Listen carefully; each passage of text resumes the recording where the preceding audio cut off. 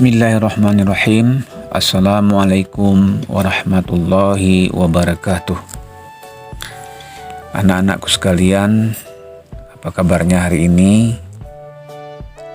Ya, alhamdulillah baik semua. Baik anak-anak sekalian, sebelum Bapak menyampaikan materi pembelajaran untuk hari ini, Bapak sampaikan tentang minggu yang lewat.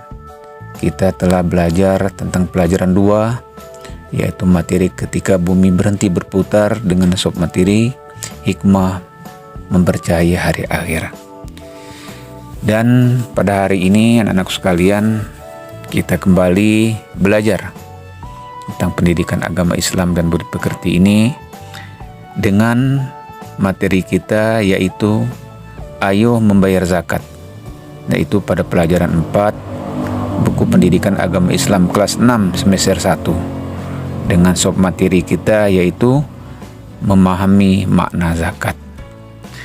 Anak-anakku sekalian, sebelum kita lanjutkan pelajaran ini, baiklah akan Bapak sampaikan terlebih dahulu tujuan pembelajaran kita pada hari ini.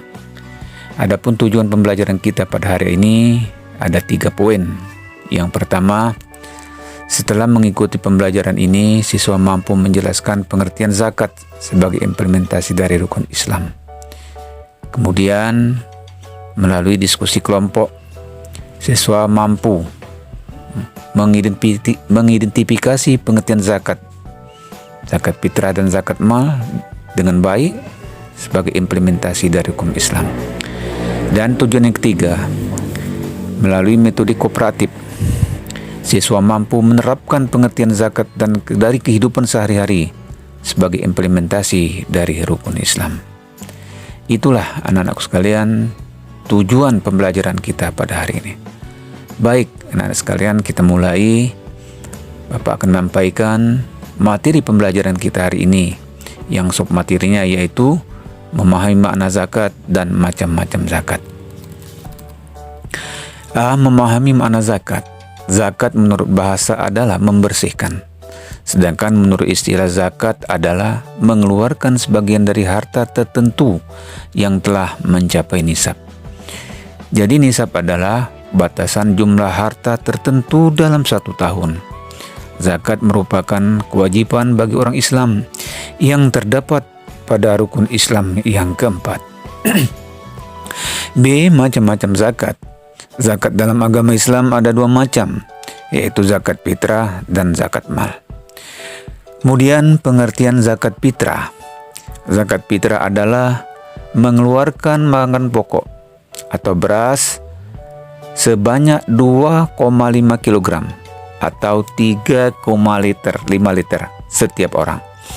Beras atau bahan makanan pokok yang terkumpul tersebut dibagikan oleh amil zakat atau pengurus pengumpulan zakat kepada orang yang tidak mampu.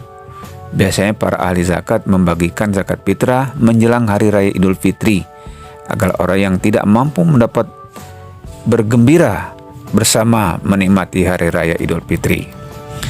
Jadi zakat fitrah sangat menolong orang yang tidak mampu. B. Orang-orang yang wajib mengeluarkan zakat fitrah.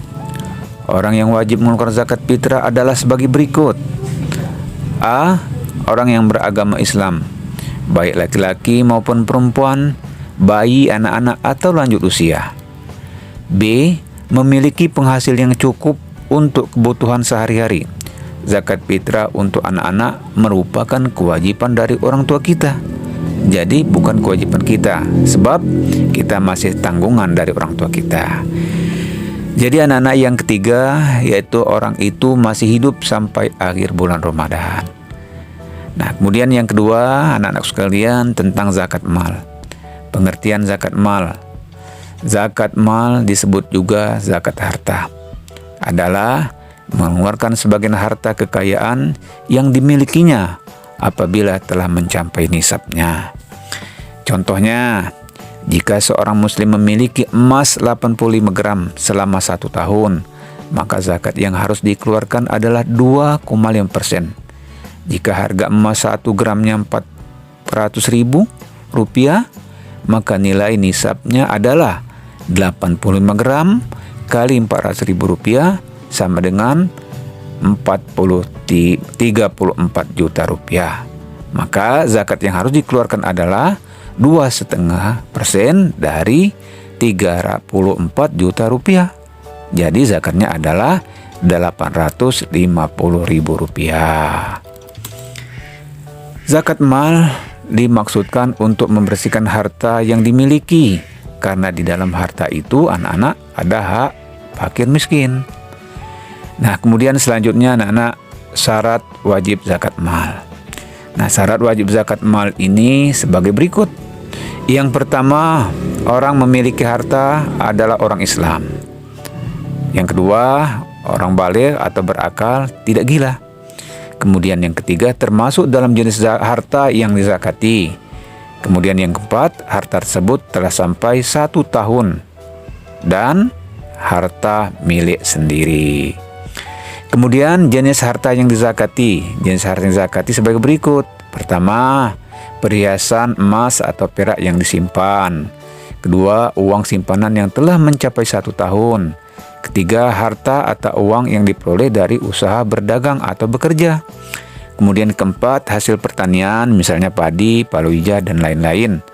5, binatang ternak, misalnya kambing, sapi, dan kerbau. Dan yang keenam, barang temuan, misalnya perhiasan logam yang terbuat dari emas atau goci yang tinggi nilainya.